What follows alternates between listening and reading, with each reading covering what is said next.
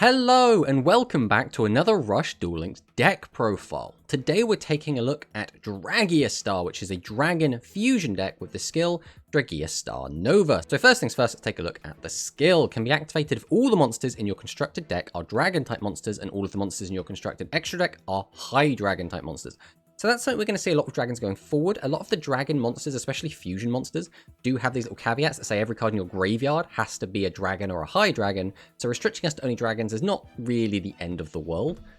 But that is kind of a letdown because it means we can't play any of these other generic staples. But multi-choice effect, either we can make the attack of one face-up level 7 light attribute monster on your field with 2600 or less attack become 2700. So that's going to be Dragius. Or, if the total attack of the face-up level 5 or higher monsters on your opponent's field is 1400, 2800, or 4200 or more, we can add 1, 2, or 3 of the dragon and or fusion from your deck or graveyard to your hand, but the dragon can only be added once per duel. So this is a little bit confusing, but basically, if your opponent has a boss monster out, if that one boss monster has 2800 attack or more, then we get to add both the dragon and fusion from our deck or graveyard to our hand, but only once per duel for the dragon. Otherwise, they have to have more than one boss monster in order for us to get both, but if they just have any high level monster, we can always basically get the search for just the fusion or the one copy of dragon. So why do we want to be searching those cards? Well, to make our fusion monster the Hyper Strike Dragon Dragiastar F. So 3000 attack is fantastic. That's really, really good attack stat for a fusion monster. 2000 defense, a little bit on the low side, especially since there are a lot of decks right now that can change your monsters to defense. I'm thinking like Galaxy has easy ways to change you to defense and attack over you, and also Metarions do have an easy way to deal with this. So not ideal defense stat, but it's made using multi-strike Dragon Dragius and the dragon. Requirement, if the only monsters in your graveyard are high dragon and or dragon type monsters, we can send the top card of our deck to the graveyard. Then multi-choice effect, this turn, this card gains 900 attack and it can make up to 2 attacks on monsters. So go up to 39, but we can't attack directly. But 39 doesn't clear 4000, so if we want to beat a 4000, we're going to need a little extra, something there. Or this turn, it can make 2 attacks, so this attack can be direct, and inflict piercing damage. And piercing is really, really strong, as we've seen with Mirror Innovator. So having a double attack piercer is really good. So let's go through the main deck. So first up, we have 3 copies of Dragius. Now, Dragius has extra value in here because we do have the skill that can boost up to 27. Now, again, 27 isn't going to clear most fusions, but it will clear most main deck monsters. So reasonably good, and attacking twice and having one of those attacks potentially be direct is also always really, really strong. So you might also notice we're only playing the Dragius as our boss monsters. We'll get a bit more into that in a little bit, but basically the idea is to try and brick as little as possible. We're playing as few boss monsters as possible, and this is the way that we've chosen to do it by only having the 3 Dragius. Next up, we have Fortitude Dragon, and this is a very, very important card for the deck for multiple reasons. So send the top card of your deck to the graveyard. One face-up monster with 2000 or more attack on your opponent's field loses 400 attack to the end of this turn. Then we can set a Dragon's Fortitude. So Dragon's Fortitude doesn't matter too much. We'll talk about that a little bit later. But being able to reduce a monster's attack is really, really good, especially when we have a Dragius, we can get up to 27. If we can combine this with a Fortitude, that means it can now attack over 3000. So that means we can now clear an opponent's Dragiastar. That means we can now clear an opponent's Metarion fusion. It means we can clear Ancient Gear Golem. There's a lot of cards that this will allow our Dragiuses to clear, as well as it will also allow our Hyper Strike Dragon Dragiastar F to attack over those big 4000 monsters, such as a Yggdrago or a Cyber End Dragon. So very, very important. On top of the fact it also mills a card, which can be really useful. Since we are playing stuff like Monster Reincarnation, this can basically allow us to enable our combo. And he actually has an alright defense stat in 1100. Now, piercing does seem to be the name of the game right now. The new Spellcaster Fusion is able to give Seven's Road Witch piercing. We are seeing piercing in the form of Cyber End Dragon. We're seeing Meteor Charge in like Galaxy. Obviously, this deck has the Hyper Strike Dragon Dragiastar, so having a bunch of high defense monsters is really, really valuable right now. So this guy just having 1100 defense also does really help out the deck. Next up, we have Triad Drago. So your opponent has a face-up level 7 or higher monster on their field, and you have 2 face-up non-level 3 dragons. So this can get a little bit annoying, because basically we can't have any other level 3s, and unfortunately, Sports Dragon Slugger is a level 3, so that does contradict a little bit. But we do get to draw a card. And drawing a card, again, really, really important. This is basically a combo deck. We want to draw into our combo. Having extra plussing is always going to be really, really valuable. Our skill can already plus to us, but being able to get even more is really, really valuable. So Tri-Drago is a must. Then we have Sports Dragon Slugger and the Sports Dragon Pitcher. So these two cards have been both really, really helpful because they can just help you make these big combo plays, basically get you a 3+1, which lets you get out your Dragius easier depending on the cards you draw for turn. You might not easily be able to get out a Dragius, and if we ever do summon our Dragius, we also want to have 2 other monsters in defense alongside it, so this does let us get to that. But these cards have only 1000 defense and 0 attack, depending on which one we're looking at, and this can get a little bit tricky. If your opponent is playing a Piercer and they attack into our 0 defense Slugger, we're taking a lot of damage. And if our opponent changes our Sports Dragon Pitcher to attack mode, which is something that the Light Galaxy deck does quite a lot, again, we're going to be taking a lot of damage. And neither of those scenarios are particularly great for us. So although these cards are really, really good, they can be a bit of a liability. So I have been considering trying to cut them, but it's not easy. Then there is the Winged Dragon Guardian of the Fortress #1. And this might seem like a bit of a weird inclusion. We have 1500 attackers. Why are we going for this? And it's basically what we've already spoken about. A lot of decks have the capability to change our monsters' battle positions and to gain piercing. So we want monsters that have good average stats, and Winged Dragon Guardian of the Fortress is the best card for that. So basically, if this card gets changed from face down to face up, we're not going to get absolutely punished by having a really low attack monster, and this is primarily going to be Light Galaxy that's doing that to us. And any of the piercing, which we've gone over already, this guy still has 1200 defense, which is pretty good. We were originally playing Dragocyte, which is the new 1500 defender, and this is a really strong card if you're not against exactly Light Galaxy, but Light Galaxy's picking up steam, so we are running for that a bit more.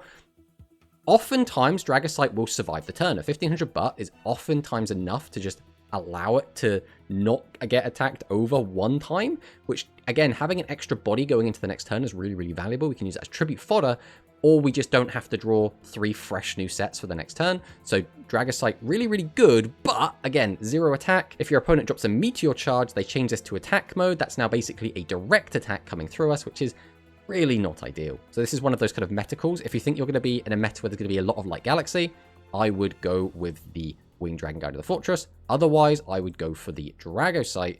But again, Winged Dragon does a 1400 attack, and sometimes that will be relevant to close out a game.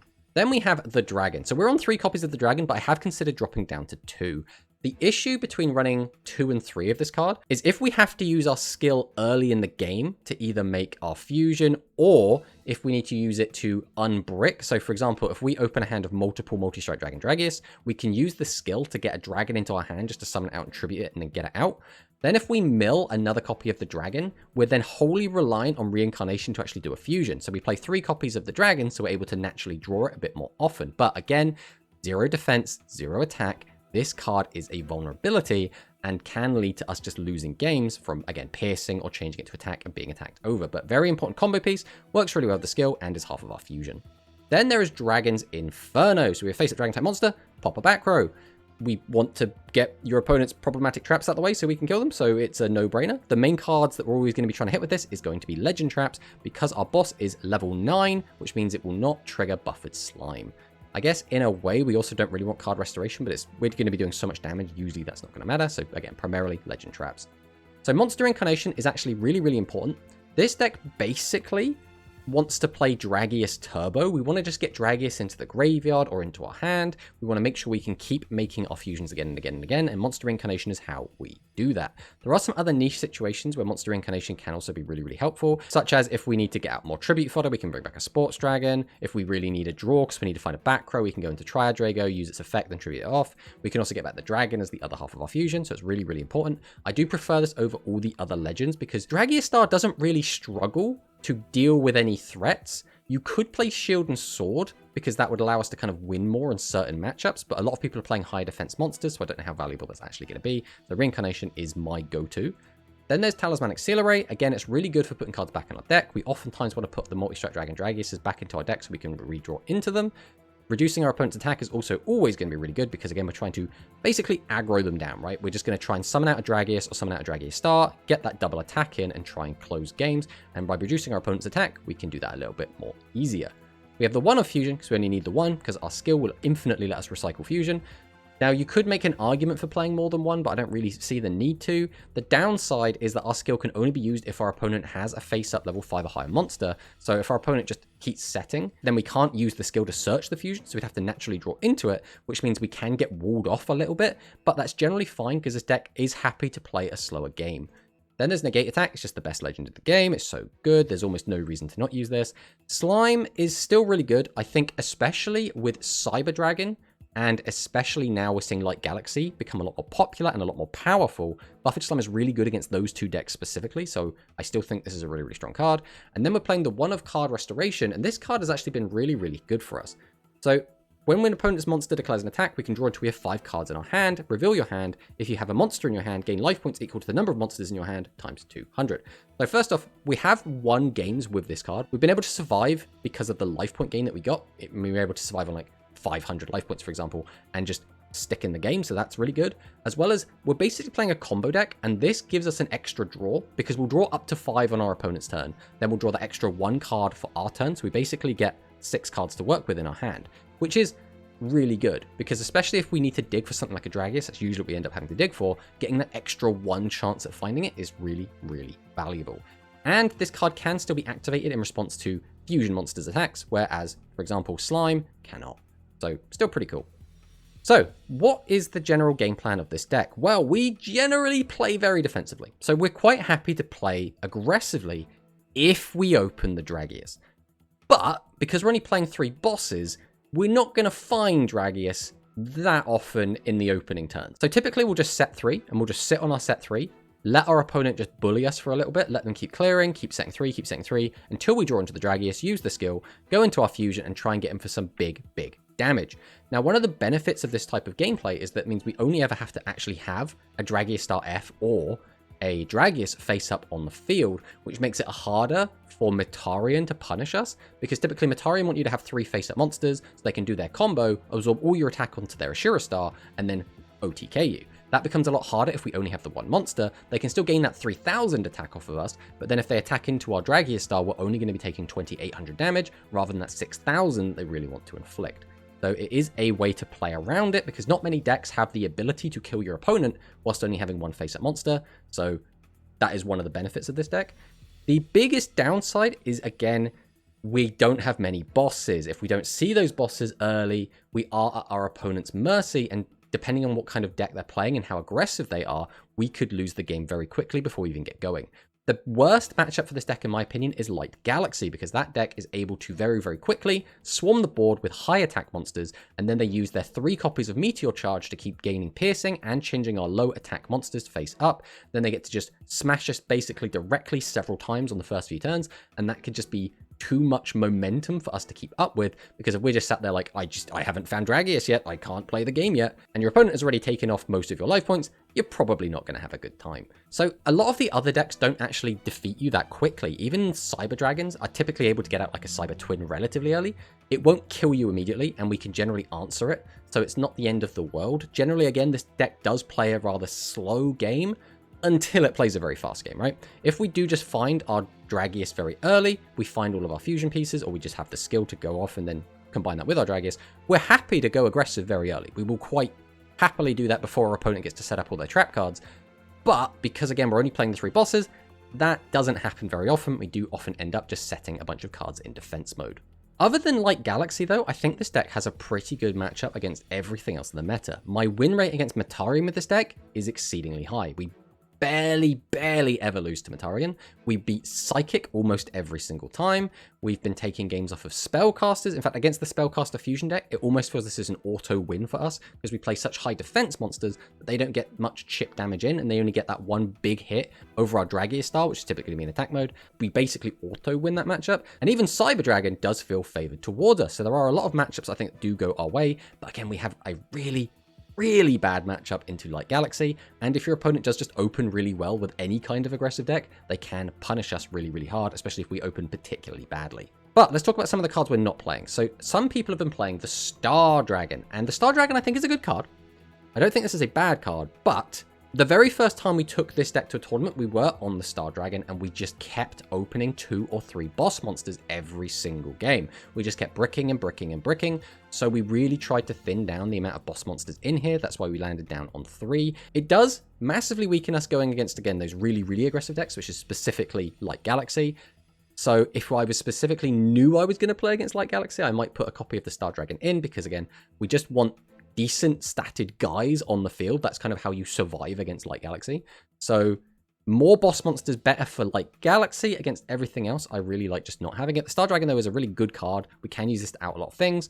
I just don't think it was really worth it. And then we're not playing Dragon's Fortitude for similar reasons. Being able to get free pluses off this from the Fortitude Dragon is nice, but I don't think Dragon's Fortitude does enough for us to really warrant it having a spot. Already we have a lot of spell traps, already on 10. Realistically, if we were going to put this in, we'd have to take out either a Restoration or Talismanic Accelerate, and I'd much rather have both of these cards than the Fortitude. But let's fire in some replays so I can show you what I've been talking about.